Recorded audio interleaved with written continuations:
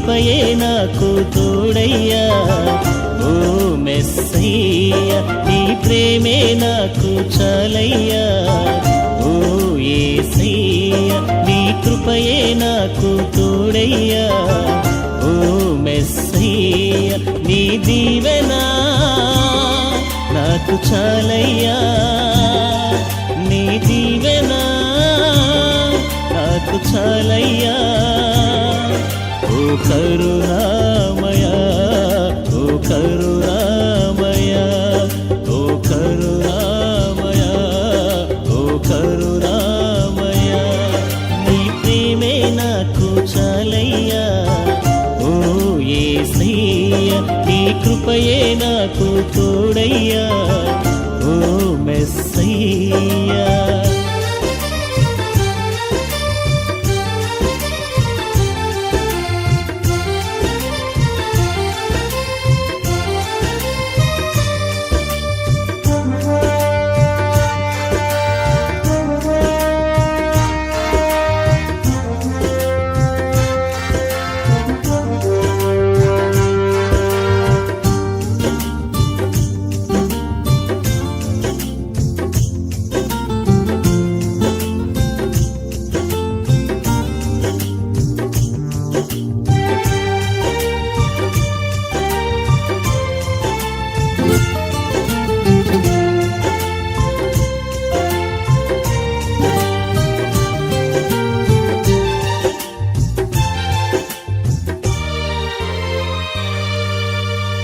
నన్ను ప్రేమించి నన్నాదరించి నీ సన్నిధిలో నన్ను నిలపితివి.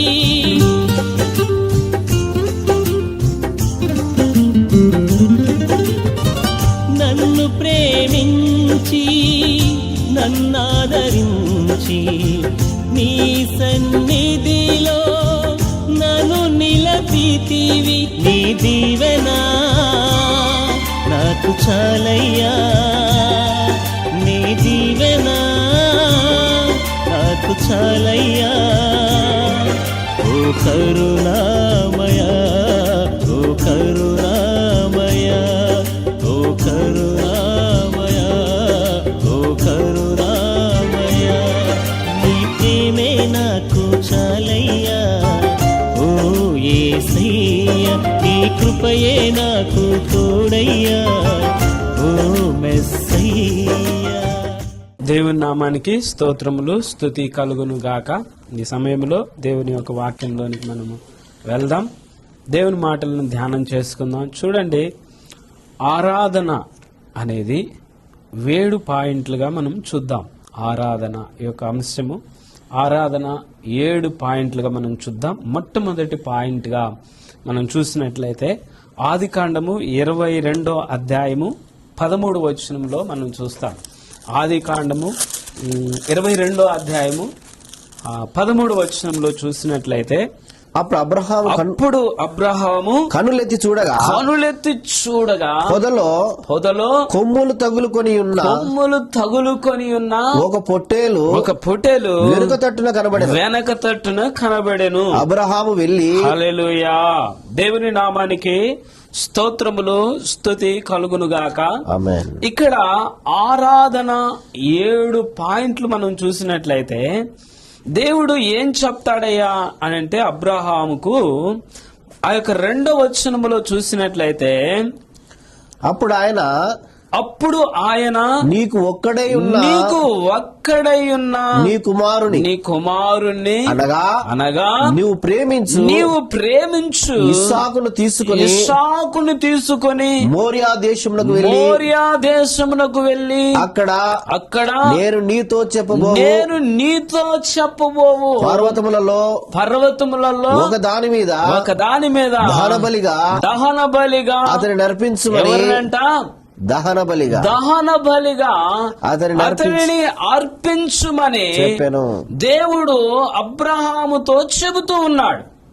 ఎలాగూ అనంటే ఆయన ఇక్కడ ఈ 13వ వచనములో ఏం చెప్తున్నాడు అనంటే ఇస్సాకుకు మారుగా గొర్రె పిల్లను వధించెను. అని చెప్పి చెబుతూ ఉన్నాడు. ఇస్సాకు ఆ యొక్క బలి కావలసిన సమయంలో దేవాది దేవుడు ఏం చేశాడయ్య అంటే, అప్పుడు అబ్రహాము కనులెత్తి చూడగా పొదలో కొమ్ములు తగులుకొని ఉన్న ఒక పొట్టేలు వెనుక తట్టు కనబడుతున్నదంట. ఎందుకు ఈ మాటలు చెబుతున్నాడంటే, ఆ యొక్క అబ్రహామును ఏం చేస్తున్నాడయ్య అంటే పరీక్షిస్తూ ఉన్నాడు. ఎలాగూ అనంటే, ఆయన ఆ మొదటి వచనములో 22వ అధ్యాయం మొదటి వచనం నుండి మనం చూసుకుంటూ వస్తే ఆ సంగతులు జరిగిన తరువాత దేవుడు అబ్రహామును పరిశోధించెను. ఎట్లనగా ఆయన అబ్రహామా అని పిలువగా అతడు చిత్తము ప్రభువా అనేను. హల్లెలూయా. ఏం చేస్తున్నాడంట? అబ్రహామును పరిశోధిస్తూ ఉన్నాడు. ఎలాగూ అనంటే, ఆయనకు లేక ఒక కుమారుడు పుట్టాడు. అబ్రహాముకు సారాకు ఒక కుమారుడు పుట్టాడు. ఆయనకు ఇస్సాకు అని పేరు పెట్టబడినది. ఆ ఇస్సాకుకు అర్థము ఏంటిదయ్యా అంటే నవ్వు. లేకగా పుట్టాడు కదా. ఈ యొక్క ఇస్సాకును ఏం చెప్తున్నాడు అనంటే, 2వ వచనంలోనికి వచ్చినట్లయితే, నీకు ఒక్కడై ఉన్న నీ కుమారుణ్ణి అనగా నీవు ప్రేమించు ఇస్సాకును తీసుకొని మోరియా దేశమునకు వెళ్ళి హల్లెలూయా. దేవుని నామానికి స్తోత్రములు కలుగును గాక. చూడండి, ఈయనేమంటున్నాడంటే, ఒక్కగానొక్క కుమారుణ్ణి ఏం చేయమనంటున్నాడంట? నేను చూపించే ఆ యొక్క దేశానికి, ఆ యొక్క ప్రాంతానికి, మోరియా దేశానికి వెళ్ళు. అక్కడ ఏం చేయాలని అంటున్నాడు అనంటే, పర్వతములలో ఒకదాని మీద దహన బలిగా అతన్ని అర్పించమని చెబుతున్నాడు. నీ కుమారుణ్ణి, ఒక్కగానొక్క కుమారుణ్ణి బలిగా ఇవ్వు అని చెబుతూ ఉన్నాడు. చూడండి, అయితే ఏం చేస్తున్నాడు అనంటే, 3వ వచనంలో, తెల్లవారినప్పుడు అబ్రహాము లేచి తన గాడిదకు గంత కట్టి తన పనివారిలో ఇద్దరిని తన కుమారులను ఇస్సాకును వెంటబెట్టుకొని దహన బలి కొరకు కట్టెలు చీల్చి దేవుడు తనతో చెప్పిన చోటుకు వెళ్తూ ఉన్నాడు. తన కుమారుణ్ణి దేవుడు చెప్పాడు, నీ కుమారుని నాకు బలిగా అయ్యయ్యా అని చెప్పినప్పుడు ఆయన వెనుకాడకుండా ఆయనను పరిశోధిస్తూ ఉన్నాడు. ఆయన వెనుకాడకుండా తన కుమారుణ్ణి, ఒక్కగానొక్క కుమారుణ్ణి, తన పనివారిని తీసుకొని గాడిదకు గంతలు కట్టి కట్టెలు తీసుకొని ఏం చేస్తున్నాడంట? ఆయన చెప్పిన ప్రాంతానికి వెళ్తూ ఉన్నాడండి. హల్లెలూయా. అలాగనే మూడవ నాడు అబ్రహాము కనులెత్తి దూరము నుండి ఆ చోటును చూసి తన పనివారితో మీరు గాడిదతో ఇక్కడనే ఉండండి, ఈ చిన్నవాడును అక్కడికి వెళ్ళి దేవునికి మొక్కి మరలా మీ యొద్దకు వచ్చేదనని చెప్తూ ఉన్నాడండి. దేవుని నామానికి స్తోత్రములు కలుగునుగాక. ఎందుకు అనంటే, ఆ యొక్క దేవాతి దేవుడు చెప్పాడు, నీ కుమారుణ్ణి బలిగా ఇయ్యి అని. అయితే అక్కడ వారితో చెప్పాడు, నేను వెళ్లి దేవుణ్ణి మ్రొక్కి వస్తాను అని చెప్పి ఇక్కడే ఉండండి అని చెప్పి చెబుతూ ఉన్నాడు.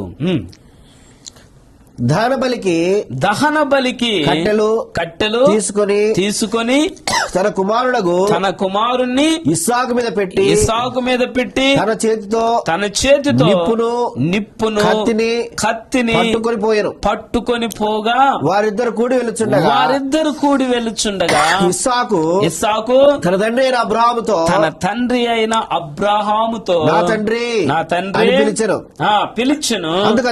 అందుకు అతడు ఏమి నా కుమారుడా అనెను. ఏమి నా కుమారుడా.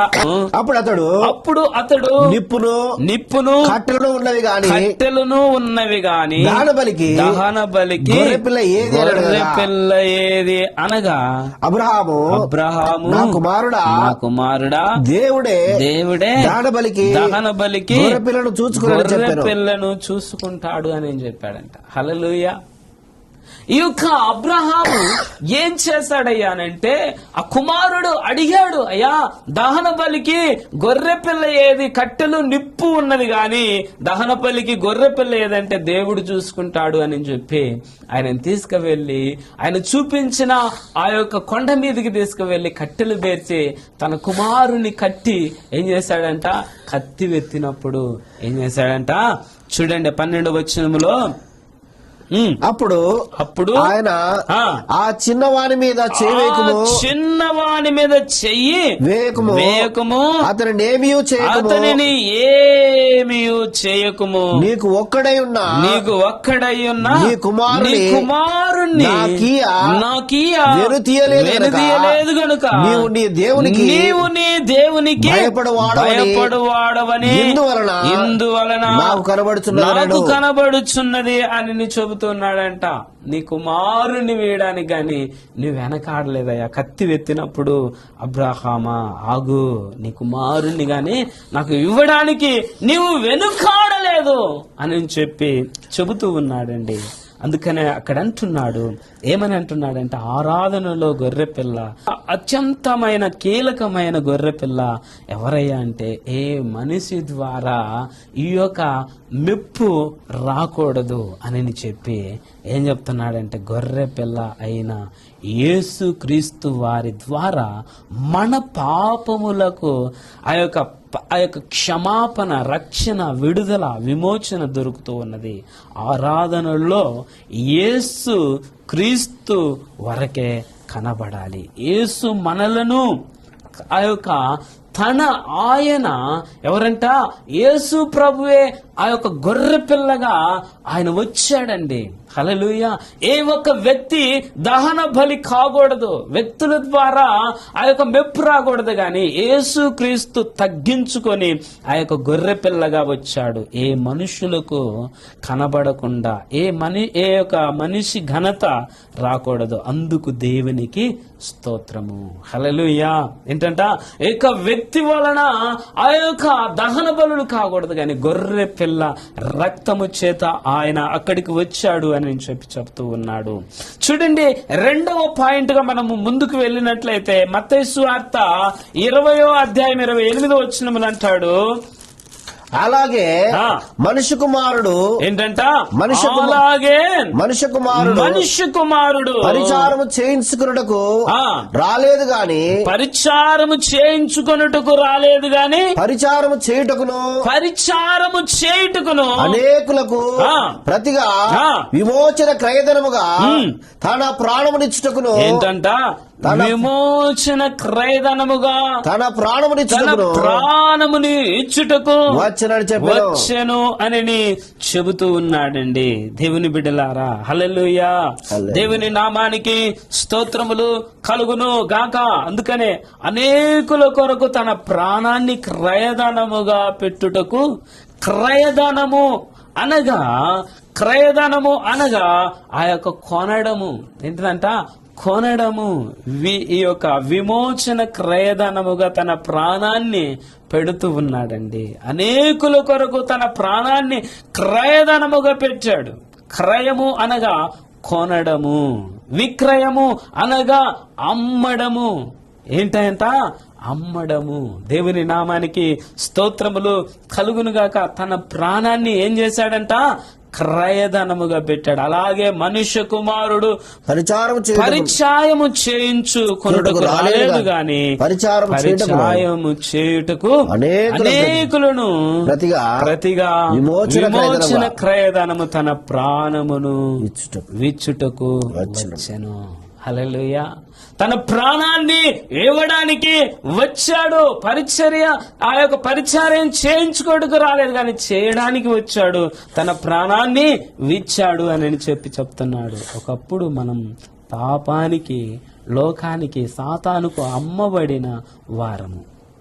గొర్రె పిల్ల క్రీస్తు రక్తము ద్వారా మనలను ఆ యొక్క కొనుటకు ఆయన ప్రభు వచ్చాడండి. ఒకప్పుడు ఏమైపోయామంట, పాపానికి బానిసలుగా, పాపానికి అమ్మివేయబడ్డాం. కానీ యేసుక్రీస్తు క్రయధనము పెట్టాడు, అంటే మనల్ని కొన్నాడు అని చెప్పుకొనవచ్చు. హల్లెలూయా.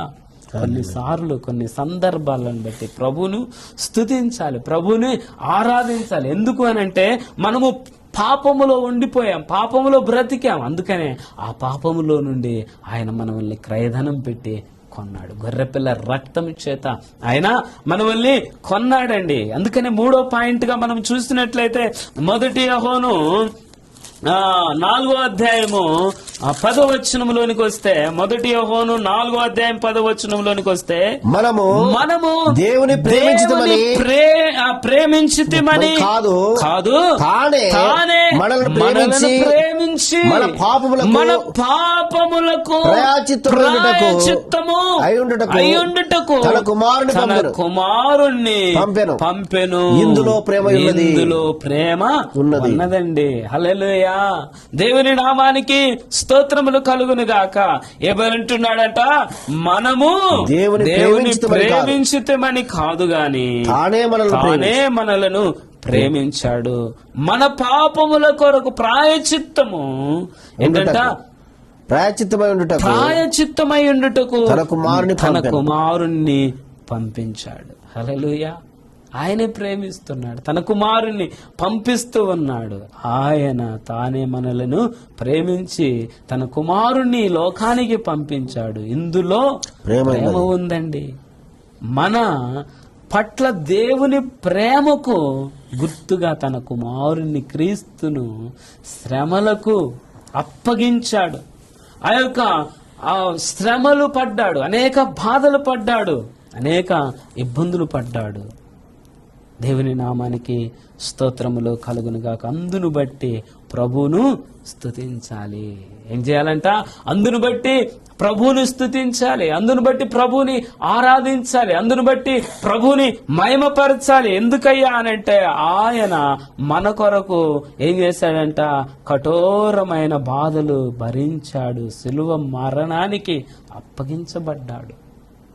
ఏం చేశాడంట, మన కొరకు ఆయన మనల్ని ప్రేమించి తన కుమారుణ్ణి పంపించాడు. మనము పడవలసిన బాధ, మనం పడవలసిన శ్రమ ఆయన పడి ఆ కఠోరమైన బాధలు పడి సిలువ మరణాన్ని పొందిడు. అందును బట్టి ప్రభుని ఏం చేయాలంట, స్తుతించాలండి, ప్రభుని ఆరాధించాలి, ప్రభుని మహిమపరచాలి. చూడండి, 4వ పాయింట్ గా మనం చూసినట్లయితే గలతీ పత్రిక 4వ అధ్యాయం 4వ వచనంలోనికి వస్తే, గలతీ పత్రిక 4వ అధ్యాయం 4వ వచనంలోనికి వచ్చినట్లయితే, అయితే కాలము పరిపూర్ణమైనప్పుడు దేవుడు తన కుమారుణ్ణి పంపెను.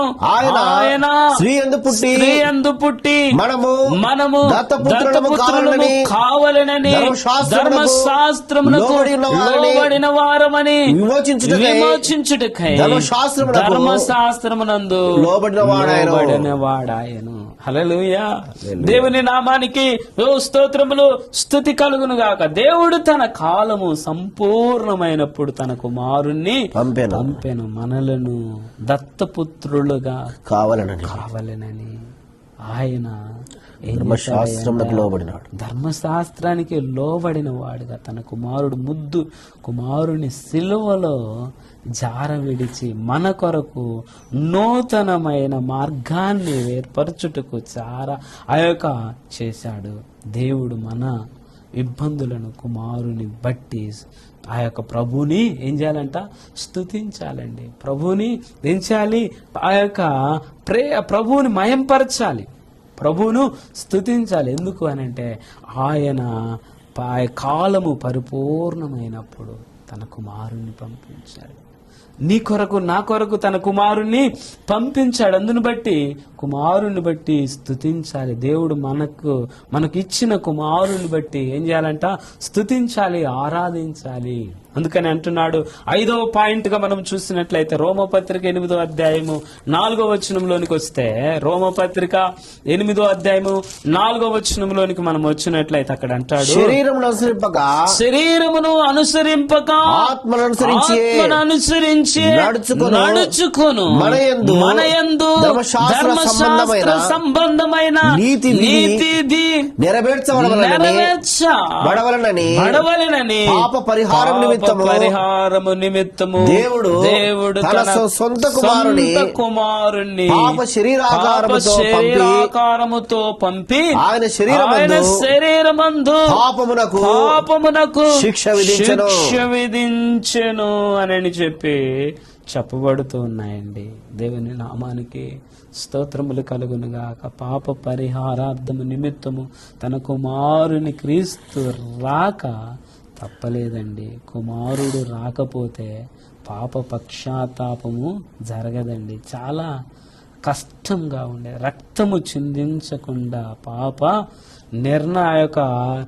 నిర్ణయాలు పాపము పోదండి, జరగలేదు. లేఖనాలు చెబుతూ ఉన్నాయి. పాప పశ్చాత్తాపం చేసిన ప్రభు అయిన యేసుక్రీస్తును స్తుతించాలి, ఆరాధించాలి.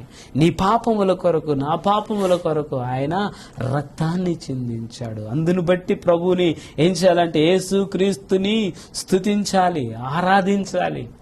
ఆ యొక్క ప్రభువుని మహిమపరచాలి. దేవుని నామానికి స్తోత్రములు, స్తుతి కలుగును గాక. చూడండి, అందుకనే అంటున్నాడు ఎఫెసు పత్రిక 6వ పాయింట్ గా, ఎఫెసు పత్రిక 2వ అధ్యాయం 1వ వచనంలోనికి వస్తే, మీరు అపరాధముల చేతను పాపముల చేతను మీరు అపరాధముల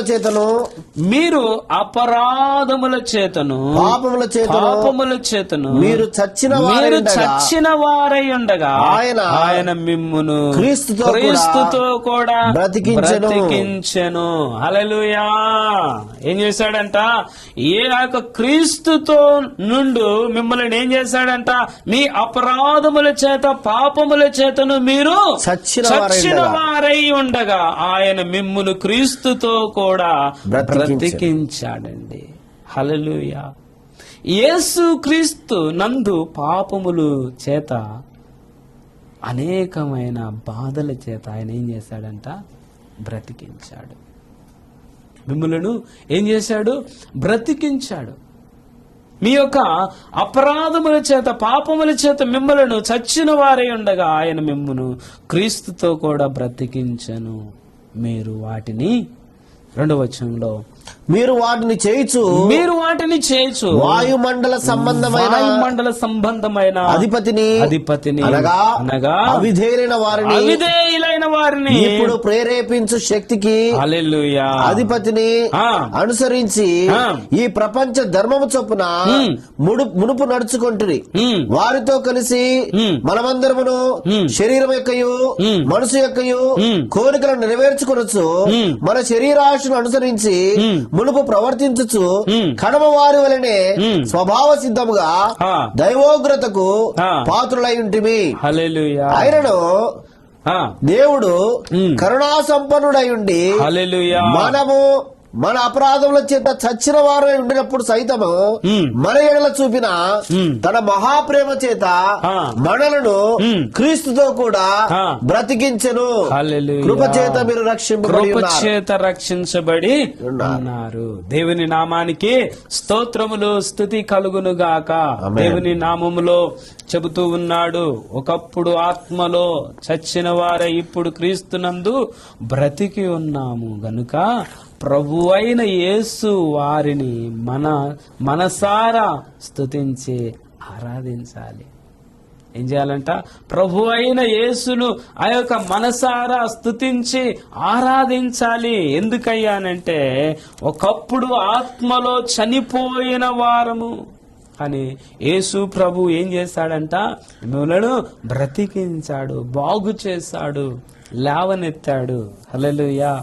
అందుకనే ప్రభు యేసు వారిని మనసారా స్తుతించి ఆరాధించాలి అని అంటున్నాడు.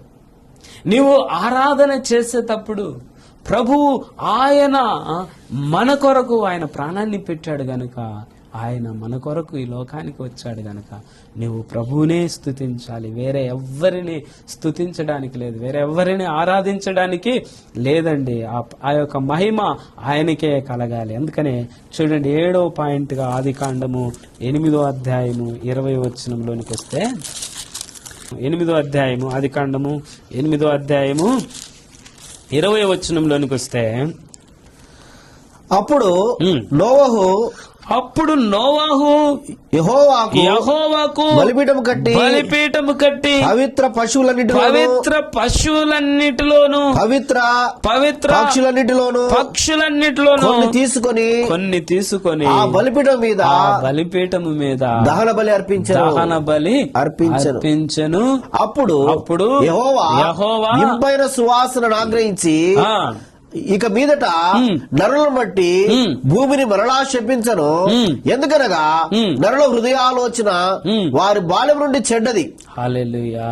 ఏంటంటే నరుల హృదయాలోచన బాల్యం నుండే చెడ్డది. నోవాహుతో చెప్పాడు, బలులను అర్పించాడు, యెహోవాకు బలులను అర్పించాడు. కానీ ఏమైపోయిందయ్యా అంటే నరుల హృదయము ఏమైతుందంట, చెడ్డదిగా ఉంటుంది.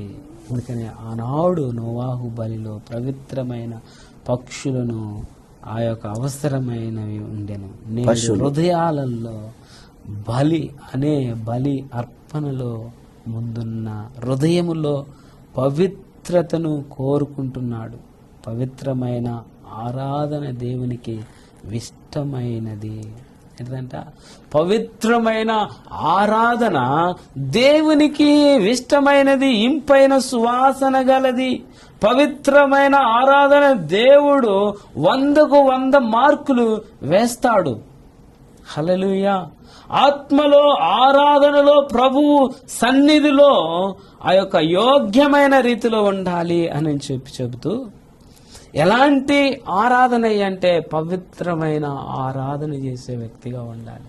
హృదయము ఎలాంటిది అంటే పాపముతో నిండుకున్నది. కానీ దేవుడు కోరేది ఏందయ్యా అనంటే నీవు పవిత్రముగా దేవునికి ఇష్టమైన రీతిగా ప్రభువుని ఆరాధించాలి, ప్రభువుని మహిమపరచాలి, ప్రభువును ఆ యొక్క రీతిలో నీవు ఆరాధన చేయాలి. దేవుని నామానికి స్తోత్రములు కలుగునుగాక. నేడు ఆ యొక్క అనేక బలి అర్పణలు ముందుండాలి. హృదయాలలో పవిత్రత కోరుతూ ఉన్నాడు. ప్రభువుకు ఇష్టమైనది ఏంటంటే నీ హృదయముతో ప్రభువుని స్తుతిస్తే నీ హృదయములో నుండి రావాలండి. హృదయములో పాపం పెట్టుకొని, హృదయములో శాపం పెట్టుకొని ఆరాధిస్తే ఆయనకి ఇష్టమైనది కాదు అంటున్నాడు.